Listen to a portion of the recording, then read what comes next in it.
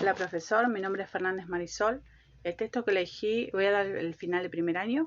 El texto que elegí es La casa de los conejos de Laura Alcoba. La clasificación genérica según Gerald Genet. Modo narrativo. Género empírico novela. Especie realista. La novela es una narración extensa, con más personajes e incidentes que el cuento. Es la versión moderna de la epopeya ya que no se escribe en versos. Recata dos líneas de la época, la oral, que trata de ser fiel a los hechos o representar con una dosis de realismo, y la otra asociada a la tradición escrita, que constituye carácter ficticio. Las novelas convencionales son mucho más complejas si se las compara con el cuento, que sería una forma narrativa simple. La novela realista, que tiene la intención de representar fielmente los hechos, personajes y ámbitos tal como son.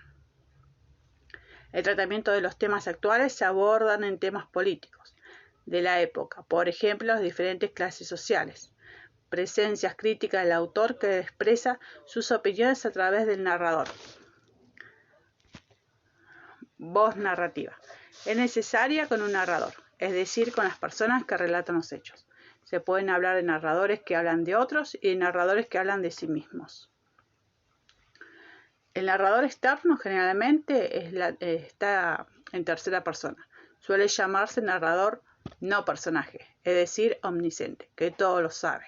Estradigético, que tiene problema con la verdad narrativa, porque sabe todo lo que va a suceder. Los narradores externos son los personajes intradigénicos, que puede contar lo que ocurre, a ellos como protagonistas, a ser testigos de todo lo que pasó, pero no pueden anticipar lo que va a suceder. Cuando el narrador está en primera persona, sugiere con fuerza el valor de la experiencia y se torna más convincente.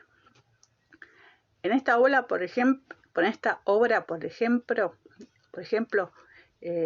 la obra comienza el prólogo narrando en primera persona. Por lo tanto, es un narrador intradigénico.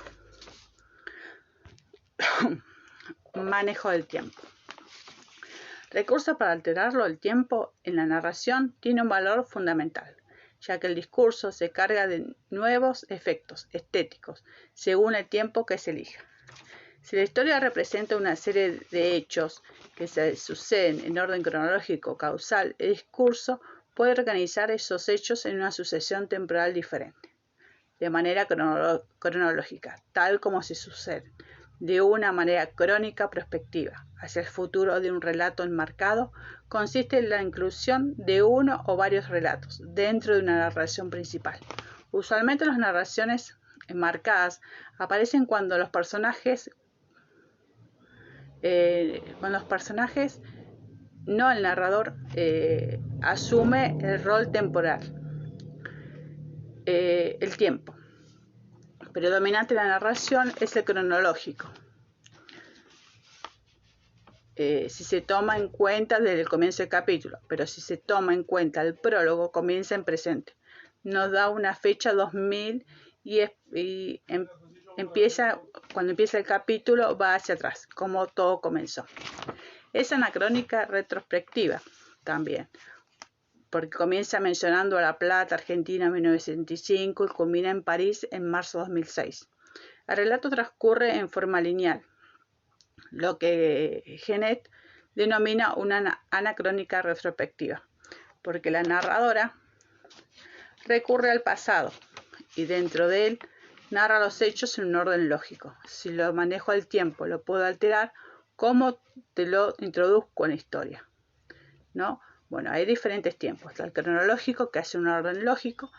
Está la anacrónica retrospectiva, que va hacia el pasado. Y está la anacrónica prospectiva, que va hacia el futuro. La lectura temática. Los elementos que yo encontré es el encierro, la vida, la muerte y la libertad. Y entre ellos yo los relacioné. Por ejemplo, relacioné el encierro con la vida, que está planteado para Laura como una forma de supervivencia, en no revelar su identidad, en permanecer callada, en una forma de permanecer con vida, ¿no? De que no la encuentren y que desaparezca ella y sus seres queridos. Un ejemplo de la novela es cuando no le quiere dar su apellido a su vecina, ¿no? Para que no sepan nada de ella. Lo contrario sería la libertad, se relaciona con la muerte. La libertad o contar sobre sus familias, quiénes son, o mostrar algo que los lleve a revelar su identidad, los podría llevar a todos a la muerte. El esquema actancial. Los elementos que yo encontré son, por ejemplo, el sujeto, Laura. El objeto, tratar de olvidar.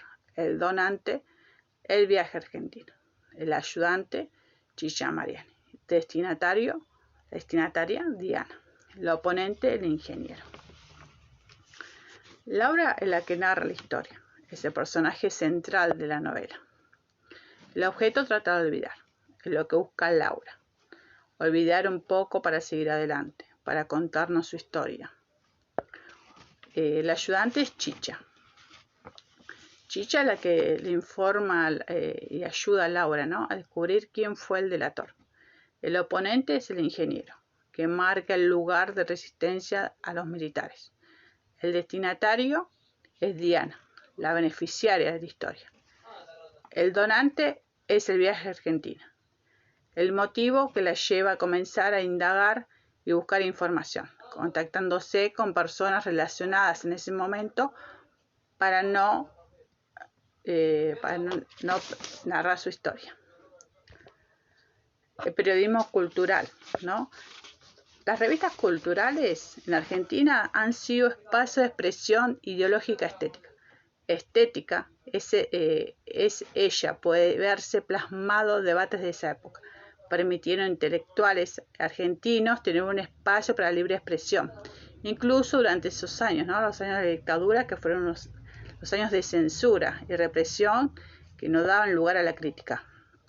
Se pueden mencionar dos revistas emblemáticas que supieron trascendental en esa época. Por ejemplo, Puntos de Vista y Sur. Los vínculos dialógicos. Se pueden encontrar, los que yo encontré, se pueden encontrar dos. Yo encontré paratextualidad e intertextualidad.